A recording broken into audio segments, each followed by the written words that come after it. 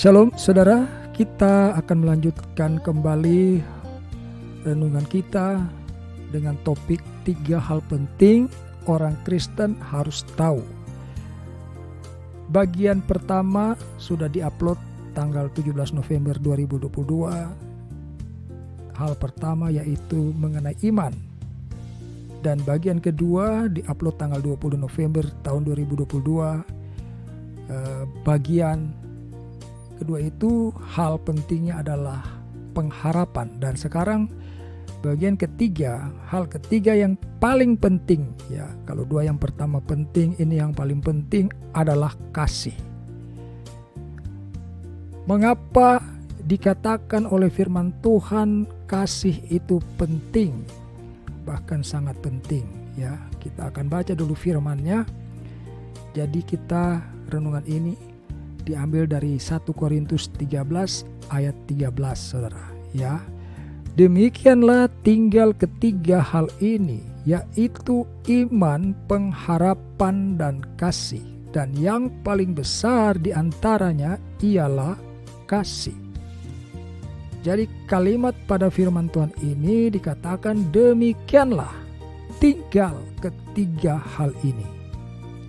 Jadi segala sesuatu yang kita lakukan di muka bumi ini, tidak ada yang lebih penting dari ketiga hal ini. Iman, pengharapan, dan kasih.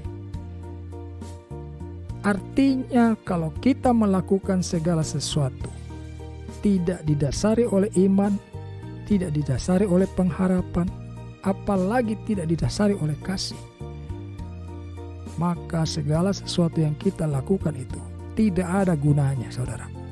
Di hadapan Tuhan Allah Elohim, ketiga hal inilah yang akan diperiksa di dalam hati dan pikiran kita saudara. Apakah sepanjang hidup saudara, saudara telah menjalaninya dengan iman, saudara telah menjalani dengan pengharapan, saudara sudah menjalaninya dengan kasih. Nah, kita akan bicara mengenai kasih untuk bagian yang ketiga ini saudara. Mengapa kasih itu dikatakan oleh firman Tuhan tadi? Dan yang paling besar di antaranya ialah kasih. Karena kasih itu adalah Allah itu sendiri saudaraku. Tidak ada seorang pun manusia, sehebat apapun dia, yang dapat menerangkan apalagi mempraktekkan kasih sebelum Yesus hadir di muka bumi ini.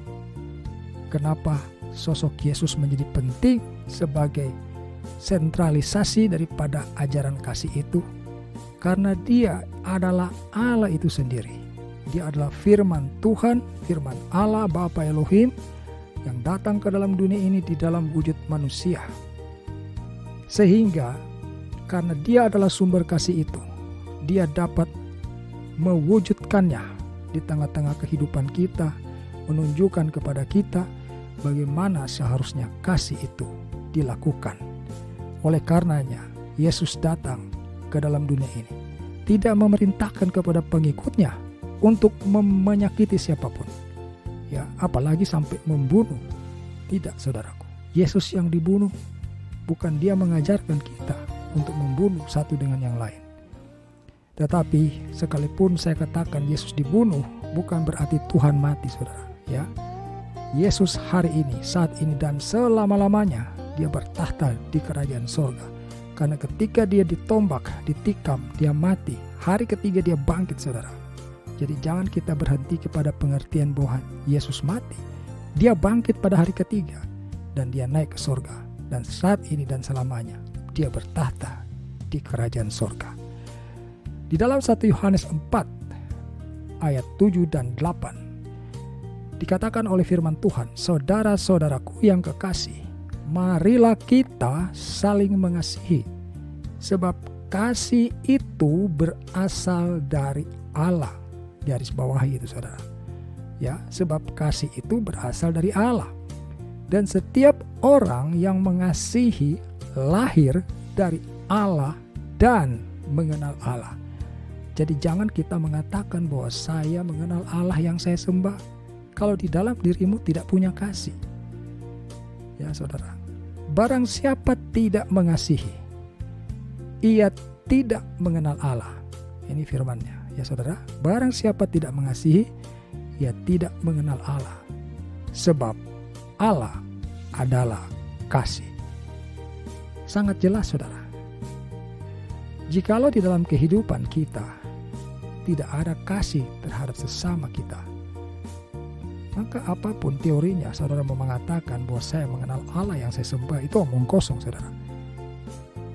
Takarannya jelas. Firman Tuhan ini mengatakan, barang siapa tidak mengasihi, ia tidak mengenal Allah.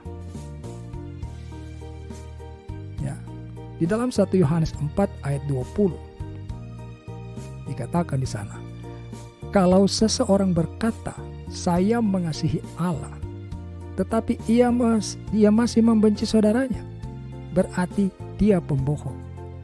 Ya, saudara di sini, yang ditulis di sini saudara, itu tidak berarti saudara kandung saja saudara. Ya, tetapi orang-orang lain itu juga masih saudara kita sesungguhnya saudara. Ya, tetapi dia masih membenci saudaranya, berarti dia pembohong.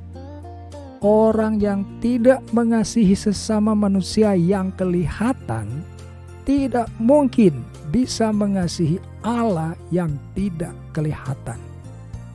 Itulah firman Tuhan ya. Saudara sekarang sudah mendengarkan. Itulah kriteria kasih yang dituntut oleh Allah Elohim kepada kita yang menjadi pengikutnya. Ya saudara. Yang pertama tadi kita ambil dari 1 Yohanes 4 ayat 7 dan 8. Sebab kasih itu berasal dari Allah, dan setiap orang yang mengasihi lahir dari Allah dan mengenal Allah. Barang siapa tidak mengasihi, ia tidak mengenal Allah, sebab Allah adalah kasih.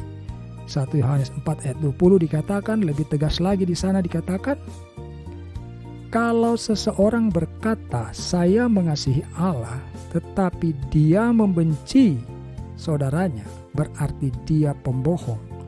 Orang yang tidak mengasihi sesama manusia, ya kan saudara, sesama manusia berarti siapapun manusia itu, kekurangannya, kelebihannya, latar belakangnya apapun, kepercayaan apapun saudaraku, kalau dia masih berwujud manusia, nah itulah yang dimaksud oleh firman Tuhan ini. Orang yang tidak mengasihi sesama manusia yang kelihatan tidak mungkin bisa mengasihi Allah yang tidak kelihatan.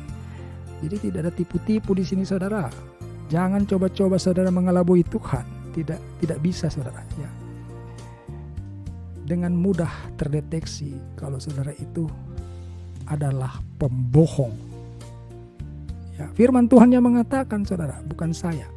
Kita ulangi baca lagi saudara ya, 1 Yohanes 4 ayat 20. Kalau seseorang berkata, saya mengasihi Allah, tetapi dia masih membenci saudaranya, berarti dia apa? Pembohong. Orang yang tidak mengasihi sesama manusia yang kelihatan, tidak mungkin bisa mengasihi Allah yang tidak kelihatan. Yang face to face saja saudara, hadap-hadapan, kamu masih gontok-gontokan, kamu masih iri hati, dengki, kamu memiliki kebencian, kedendaman, mustahil Tuhan menerima bahwa engkau mengasihi Tuhan. Kita harus punya kasih saudara. Ya, kenapa manusia dituntut harus punya kasih? Karena di dalam sorga itu memang hanya ada kasih dan kedamaian saudara. Orang-orang yang memiliki kedengkian hati, kebencian, masih punya amarah, kedendaman, tidak mungkin tinggal di sorga. Nanti terjadi huru-hara di sorga saudara. Oleh karena di dalam dunia ini diterangkan kepada kita, firman Tuhan memberitahukan kepada kita bahwa Tuhan menghendaki setiap orang itu mempunyai kasih di dalam dirinya. Walaupun malaikat, ya kan saudara, kalau malaikat itu berbuat salah saudara, itu langsung Tuhan melemparkannya ke api neraka. Tetapi kalau manusia yang berbuat salah dan dosa, itu diampuni saudara. Karena apa? Karena kasihnya Tuhan begitu besar kepada manusia. Bayangkan saudara ya, malaikat kalau buat salah itu dilempar langsung ke api neraka saudara. Tapi ketika manusia buat salah, manusia diingatkan, diinsafkan, ya, bahkan diajarkan supaya kita mau berbuat kasih itu dengan diberikannya kepada kita Roh Kudus sebagai kekuatan kita untuk melakukan kasih itu. Jadi kalau orang yang sungguh-sungguh mengasihi Allah, jangan lagi beralasan tidak mungkinlah, saya kan masih manusia, mana mungkin saya bisa mengasihi dengan sempurna. Roh Kudus yang hadir di dalam hidup kita saudara, dialah yang akan menolong kita, memampukan kita melakukan kasih yang dimau Allah itu saudara. Ya.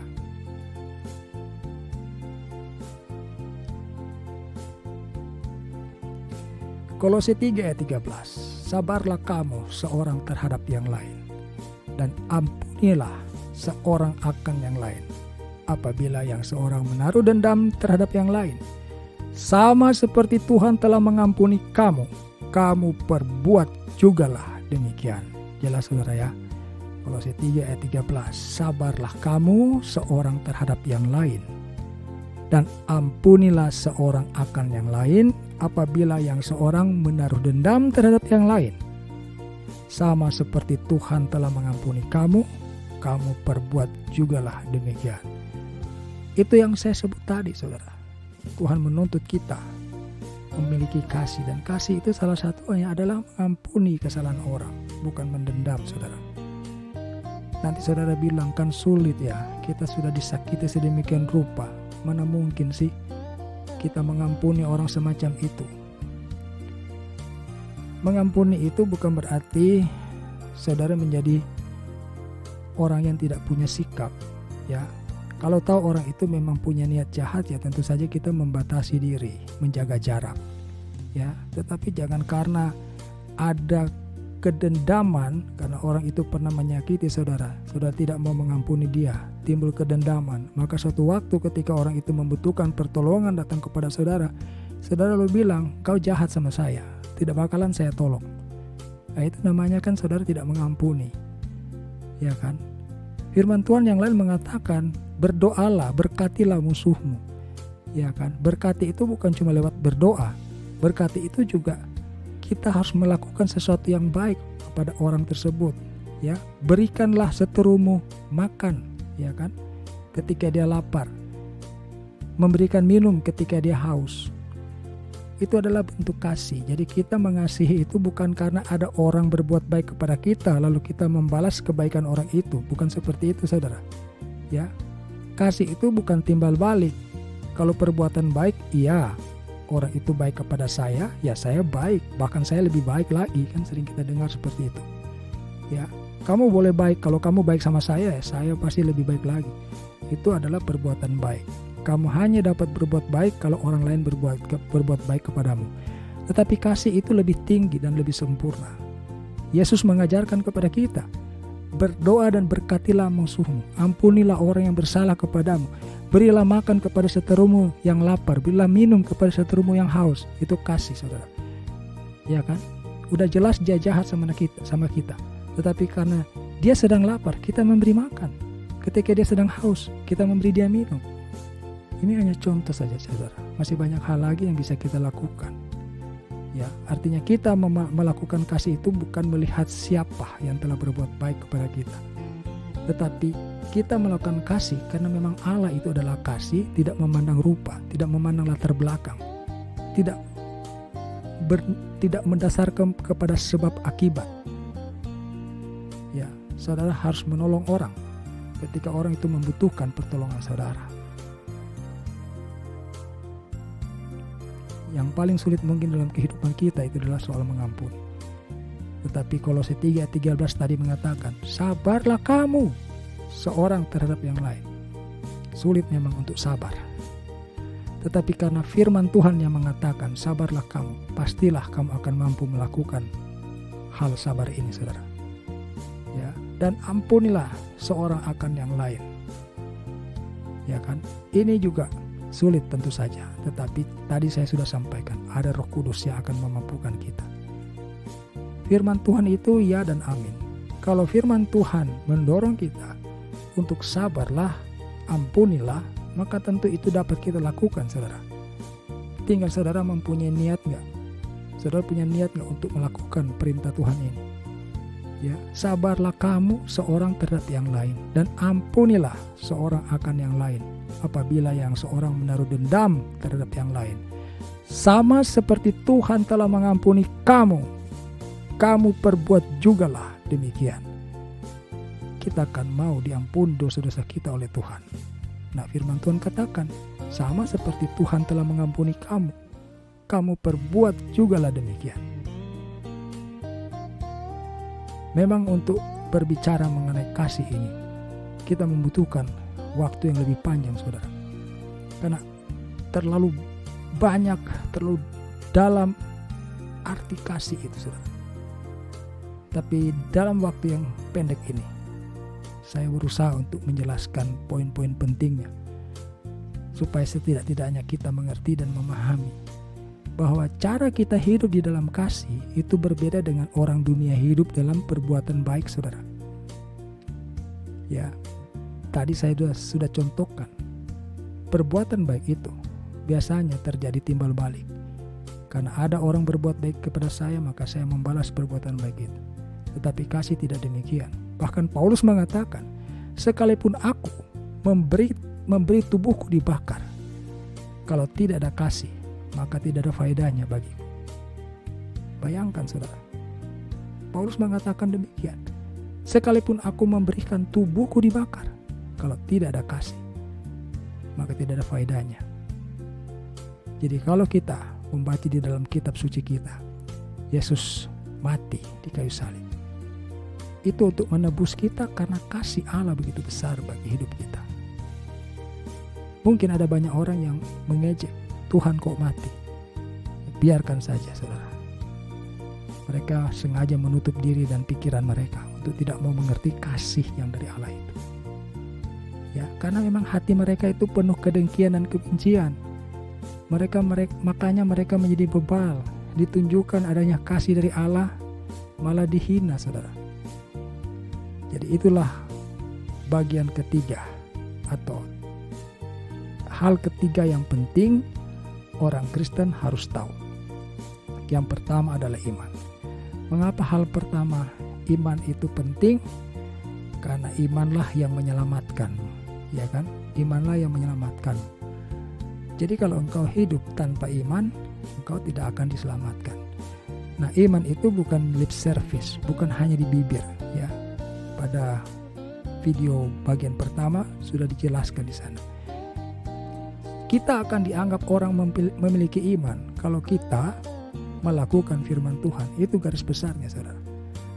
Jadi jangan kita hanya berkata, saya percaya loh Tuhan itu sanggup menolong segala pergumulanku. Itu ucapan, saudara. Saudara akan betul-betul dihargai sebagai orang beriman oleh Tuhan kalau saudara melakukan firman Tuhan. Kalau kita cuma berucap saja, saudara, itu artinya saudara mempunyai pengetahuan tentang iman. Saudara tahu teori mengenai iman. Tetapi ketika saudara melakukan firman Tuhan, nah itulah baru saudara itu memiliki iman. Karena hanya orang yang memiliki iman yang mau melakukan firman Tuhan. Begitupun dengan pengharapan, ya. Bagian kedua, hal kedua yang penting orang Kristen harus tahu. Pengharapan itu bukan terhadap hal-hal yang duniawi, saudara. Ya, bukan mengenai cita-citamu di dalam dunia ini untuk menjadi seorang berpendidikan tinggi, punya jabatan tinggi, punya kekayaan berlimpah, ya, punya prestasi ini itu. Bukan seperti itu pengharapan yang dimau oleh Tuhan. Tetapi adalah pengharapan terhadap keselamatan itu sendiri. Bagaimana sepanjang hidup saudara terus mengingat dan mengerjakan keselamatan di dalam diri saudara. Karena itulah satu-satunya pengharapan yang penting. Maka dikatakanlah oleh 1 Korintus 13 ayat 13, ya. Demikianlah tinggal ketiga hal ini, yaitu iman, pengharapan, dan kasih. Dan yang paling besar di antaranya ialah kasih. Jadi mari kita mulai cek diri kita, saudara. apakah kita memiliki ketiga hal ini? Kalau tidak, saudara, sia-sia semua yang kita perbuat. Apapun yang kita lakukan di muka bumi ini harus didasari oleh iman, didasari oleh pengharapan yang benar. Ya, bukan PHP, saudara.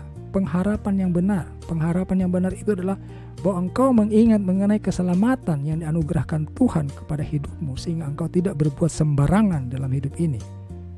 Ya, menaruh pengharapan kepada hal-hal duniawi itu bertentangan dengan pengharapan kepada keselamatan. Maka harus mengerti pengharapan yang dimaksud oleh Tuhan ini, yang dimau oleh Tuhan adalah pengharapan akan keselamatan itu. Sehingga saudara takut untuk berbuat dosa, karena ada pengharapan kepada keselamatan itu. Saudara mengerjakan keselamatanmu dan kasih yang sudah kita jelaskan barusan itu. Ketiga hal ini harus kita miliki, saudara, karena firman Tuhan sudah tegas mengatakan, demikianlah tinggal ketiga hal ini, yaitu iman, pengharapan, dan kasih. Dan yang paling besar di antaranya ialah kasih. Demikian pemberitaan firman Tuhan kali ini. Kiranya memberkati saudara dan bagikan kepada setiap orang yang saudara kasih agar juga menjadi berkat bagi mereka. Kita jumpa lagi pada pemberitaan firman Tuhan lainnya. Haleluya. Amin.